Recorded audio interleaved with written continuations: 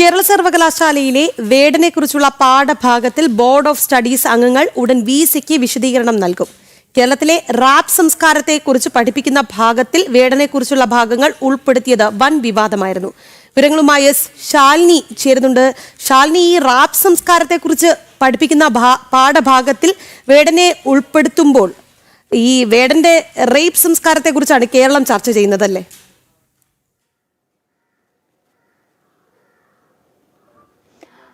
തീർച്ചയായും രാഖി, അങ്ങനെ തന്നെയാണ്. കാരണം ഒരു റേപ്പ് കേസിലടക്കം പ്രതിയായിരിക്കുന്ന സാഹചര്യം, ഒളിവിൽ കഴിയുന്ന പശ്ചാത്തലം, ഇതിനിടയിലാണ് കാലിക്കറ്റ് സർവകലാശാലയ്ക്ക് പിന്നാലെ കേരള സർവകലാശാലയിലെ പാഠഭാഗങ്ങളിലും വേടൻ കടന്നുകൂടിയത്. ഏത് സാഹചര്യത്തിലാണ് വേടനെ പറ്റി പഠിപ്പിക്കേണ്ട സാഹചര്യം അല്ലെങ്കിൽ പഠിപ്പിച്ച സാഹചര്യം കേരള സർവകലാശാലയിൽ ഉണ്ടായത് എന്നുള്ളതാണ് VC ഡോക്ടർ മോഹനൻ കുന്നുമേൽ ചോദിച്ചിട്ടുള്ളത്. ബോർഡ് ഓഫ് സ്റ്റഡീസിനോടാണ് ഈ വിഷയം വിശദീകരണം നൽകാൻ ആവശ്യപ്പെട്ടിട്ടുള്ളത്.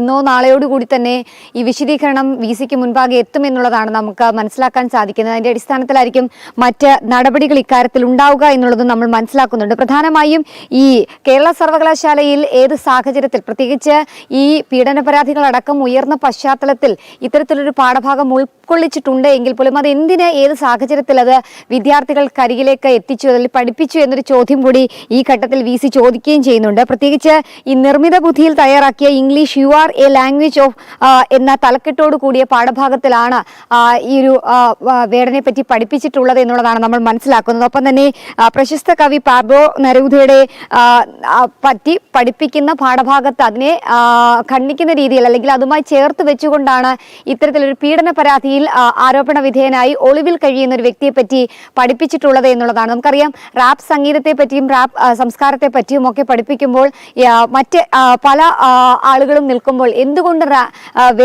റാപ്പർ വേടനെ തന്നെ തെരഞ്ഞെടുത്തു എന്നൊരു ചോദ്യം കൂടി ഈ ഘട്ടത്തിൽ മലയാളികൾ ചോദിക്കുകയും ചെയ്യുന്നുണ്ട്. കഴിഞ്ഞ മണിക്കൂറിലൊക്കെ ചർച്ച ചെയ്തതുപോലെ തന്നെ പീഡന പരാതികൾ വലിയ രീതിയിൽ വേടനെതിരെ ഉയർന്ന സാഹചര്യം, തെളിവുകളടക്കം പുറത്തു വന്ന പശ്ചാത്തലമടക്കം നിലനിൽക്കുമ്പോൾ ഏത് സാഹചര്യത്തിൽ ഇങ്ങനെ ഒരു പഠന വിഷയത്തിൽ വേടൻ ഉൾപ്പെട്ടു എന്നൊരു ചോദ്യം അത് വലിയ രീതിയിൽ ചർച്ചയാകുന്നുണ്ട്. നമുക്കറിയാം, കാലിക്കറ്റ് യൂണിവേഴ്സിറ്റിയിൽ ഇതേ വിഷയം തന്നെ ഉൾപ്പെടുത്തി വലിയ രീതിയിൽ അത് ചർച്ചയായി, വിവാദമായി, പിന്നീട് പ്രതിഷേധങ്ങൾക്കൊക്കെ അത് വഴിവെച്ചതുമാണ്. ABP അടക്കമുള്ള വിദ്യാർത്ഥി പ്രസ്ഥാനങ്ങൾ പ്രതിഷേധം അറിയിച്ചതുമാണ്. പക്ഷേ ഇവിടെ അത്തരത്തിലൊരു പാഠഭാഗം ഉൾപ്പെടുത്തി അത് പഠിപ്പിച്ചു കഴിഞ്ഞു എന്നുള്ളതാണ് നമ്മൾ മനസ്സിലാക്കുന്നത്. 3ാം സെമിസ്റ്റർ, ഒപ്പം തന്നെ 4 വർഷ ബിരുദ ക്ലാസ്സിലുമാണ് ഈ പാഠഭാഗങ്ങൾ ഉൾപ്പെടുത്തിയിട്ടുള്ളത്. ആ ക്ലാസ്സുകൾ ഏത് തരത്തിലെടുത്തു അല്ലെങ്കിൽ എങ്ങനെ എടുക്കേണ്ട സാഹചര്യമുണ്ടായി, എന്തുകൊണ്ടത് മറ്റാരും അറിഞ്ഞില്ല എന്നതടക്കമുള്ള ചോദ്യങ്ങളാണ് VC ചോദിച്ചിട്ടുള്ളത്.